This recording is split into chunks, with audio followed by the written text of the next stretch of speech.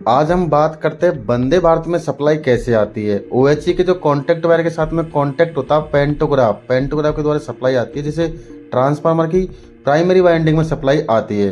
तो पेंटो में क्या क्या लगा, ये कैसे काम करती है, इसके बारे में हम जानते हैं। यह पेंटोग्राफ सबसे पहले इंसुलेटर रहता है, 4 इंसुलेटर रहता है जिन पे इसका फ्रेम टिका हुआ है। आगे हम बात करते हैं पेंटोग्राफ का ये मेन हिस्सा जिसे हम पेन हेड बोलते हैं। इसमें जो आपको ब्लैक दिख रही है ये है कार्बन स्ट्रिप, ये है पेंटो हॉर्न। दोस्तों इसके बारे में हम कार्बन स्ट्रिप के बारे में बात करते हैं। कार्बन स्ट्रिप है, इसकी जो थिकनेस, इसकी जो मैक्सिमम थिकनेस होती है नई की रहती है वो है 38 mm।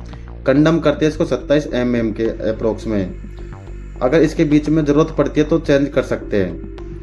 यह है एयर वेलो ड्राइव, इसमें रहती है अपलिफ्ट स्टॉपर, इसके द्वारा ये इसको रोका जाता है पेंटो अप होने के बाद में। ये है ADD valve, auto drop device, ये इसका कनेक्शन एयर वेलो ड्राइव के साथ में रहता है। किसी तरह से लीकेज होती है तो ये ऑटोमेटिक पेंटो को डाउन कर देता है।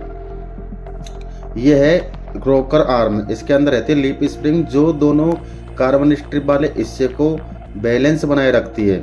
यह है संट, हर जॉइंट पे संट मिलेगी आपको और जहाँ पे बेरिंग लगी हुई है वहाँ पे भी आपको संट मिलेगी। ये सप्लाई पास करने का काम कर रही है।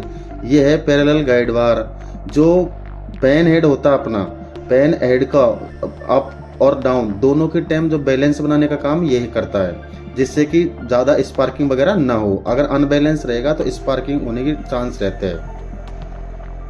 अगर दोनों कार्बन स्ट्रिप भी एक साथ नहीं लगेगी तो एक ज़्यादा घिसेगी एक कम घिसेगी, तो इसलिए बैलेंस बनाने का काम कर रहा है।